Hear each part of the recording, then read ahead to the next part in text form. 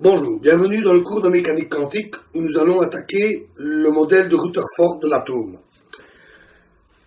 Une constante en science, c'est que lorsque l'on fait des découvertes, souvent ce qui est découvert permet de faire d'autres découvertes.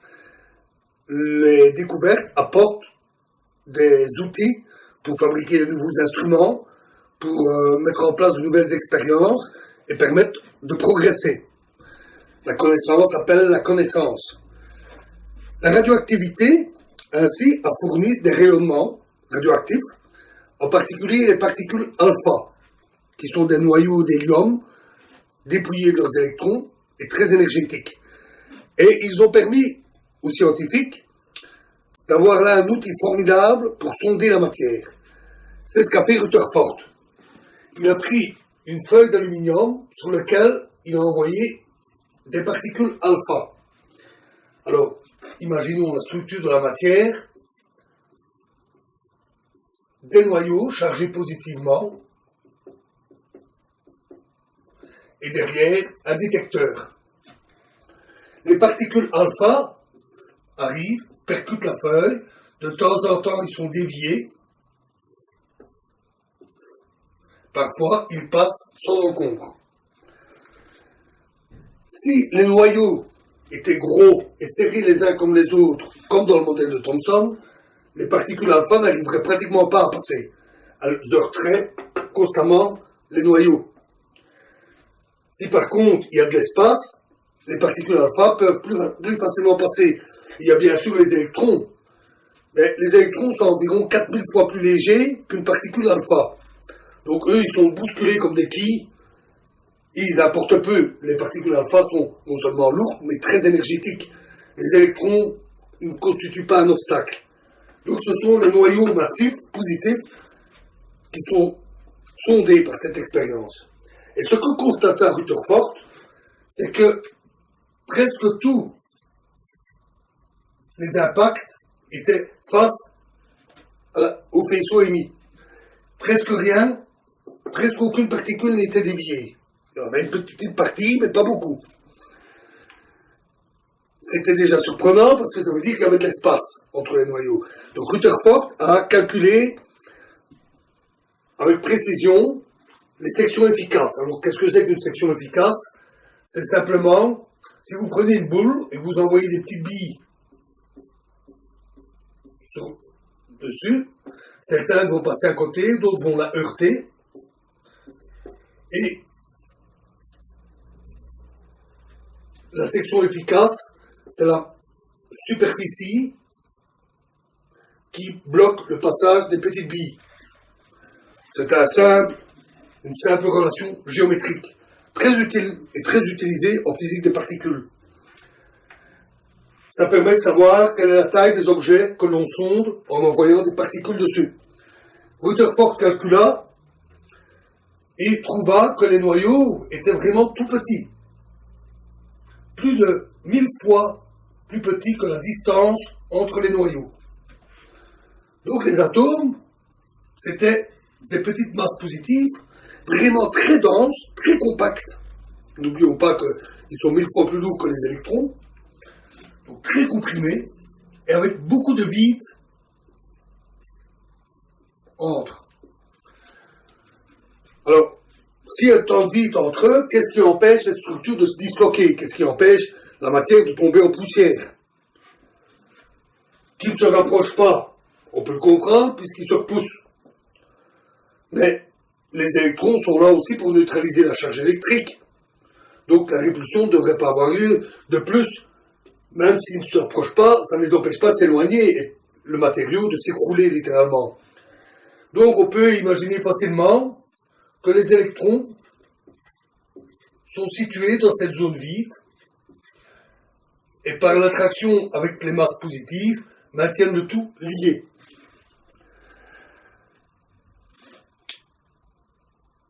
Rutherford était très connu pour être un expérimentateur méticuleux. C'était pas un théoricien qui lançait des hypothèses et voyait où elles pouvaient mener. C'était pas son style. Lui, c'était l'expérience, le laboratoire. Donc il a mené énormément d'expériences de ce type pour être sûr de ce qu'il avançait. Ça donnait du poids à ses affirmations. Il n'avançait rien au hasard. Il mena beaucoup d'expériences et arriva au modèle suivant. Un atome est composé d'un noyau positif très compact, 1000 fois plus petit que l'atome lui-même, et autour,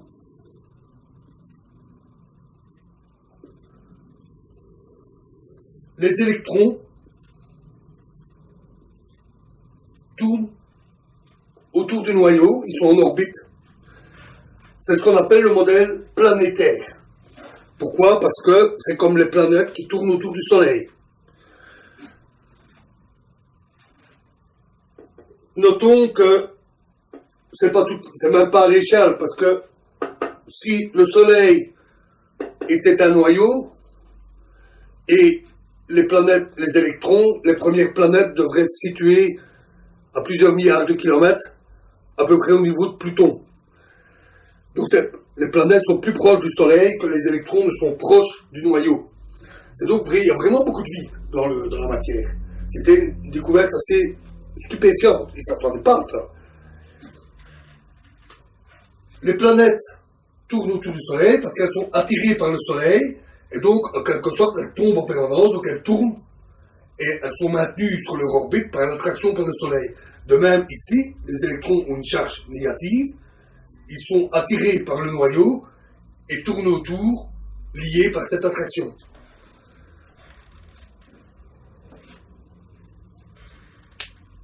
De plus, dans un tel modèle, les électrons les plus extérieurs sont les plus loin du noyau, ils sont faiblement liés, comme on dit, ils sont faciles à arracher, et on comprend que dans certains solides, ces électrons puissent facilement se déplacer, passer d'atome en atome, et former un courant électrique. On est là sur la voie des isolants et des conducteurs, comme les métaux. De plus, en changeant d'orbite, les électrons voient leur énergie varier. Énergie qui peut être émise ou absorbée sous forme de photons, de lumière.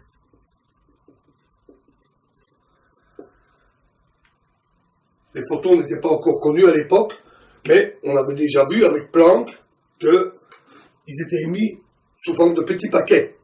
Donc, on était là sur la voie du spectre des atomes. C'était une possibilité, à condition de pouvoir décrypter quelles sont les orbites possibles.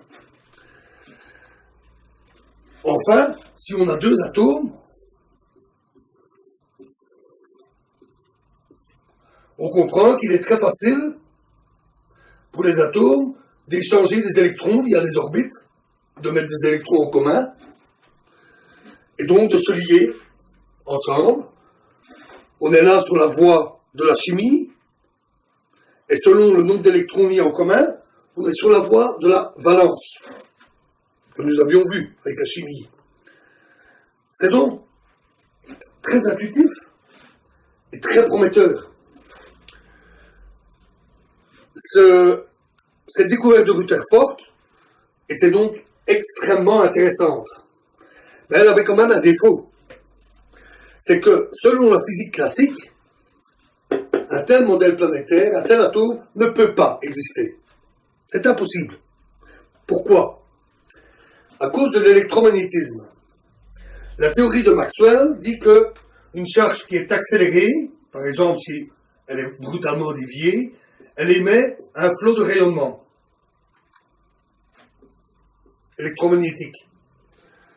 Ça porte le nom en allemand, qui fait un peu barbare en français, le Bremsstrahlung, ou rayonnement dit de freinage. Une particule qui tourne est en fait une particule accélérée. L'accélération est centripète, vers le centre. Elle change constamment de direction, sa vitesse change constamment de direction, ce qui correspond à une accélération. La théorie dit que un tel électron qui tourne doit émettre des ondes électromagnétiques. Vu les énergies en jeu, c'est typiquement dans le domaine des ondes radio. Et on sait que c'est vrai, puisque c'est comme ça que marchent les antennes des émetteurs radio. Les électrons tournent dans des antennes, dans des bobines, et émettent des ondes électromagnétiques. On a pu vérifier ça. Donc, les atomes devraient émettre un flux d'ondes radio. Alors déjà, ça c'est quelque chose qu'on n'observe pas. Prenez un morceau, une pierre, mettez-la à côté d'une radio, vous n'entendrez pas des parasites dus aux ondes radio émises par la pierre. Mais il y a pire que ça. Un électron qui tourne autour du noyau en émettant des ondes radio, il doit perdre de l'énergie. Et en perdant de l'énergie, il doit se rapprocher du noyau. Il doit donc tomber en spirale sur le noyau. On pourrait appeler ça la spirale de la mort. Donc tous les électrons devraient tomber rapidement, en quelques secondes, quelques minutes. Ils devraient tous tomber sur le noyau et former un atome de Thomson. Pas étonnant que Thomson ait pensé à ce modèle-là, puisqu'un modèle planétaire qui est si élégant, si facile à imaginer, en fait, il se transforme automatiquement en atome de Thomson. Mais ça voudrait dire que le vide ici ne subsisterait pas. Les noyaux se rapprocheraient et toute la matière s'effondrerait. Puisque le noyau est environ 1000 fois plus petit que l'atome, la matière deviendrait 1000 fois plus dense. C'est ce qu'on appelle une sacrée contraction, un sacré effondrement. Évidemment, ce n'est pas observé non plus. La matière, elle est bien dure et bien stable. Donc quelque chose n'était pas compris. Ce modèle, il était sûr. On avait déduit l'expérience. Il était observé par Rutherford et d'autres qui ont suivi, bien entendu, qui ont vérifié ces expériences. Et en plus d'être sûr et certain, il avait beaucoup d'avantages. Donc, il fallait arriver à expliquer pourquoi ça en était assez. Il manquait encore des ingrédients. Et ces ingrédients vont venir de la mécanique quantique. Inconnue à l'époque, cette découverte était donc une clé importante, une nouvelle porte venait de s'ouvrir. Les autres allaient bientôt s'ouvrir largement et permettre d'avancer. Merci.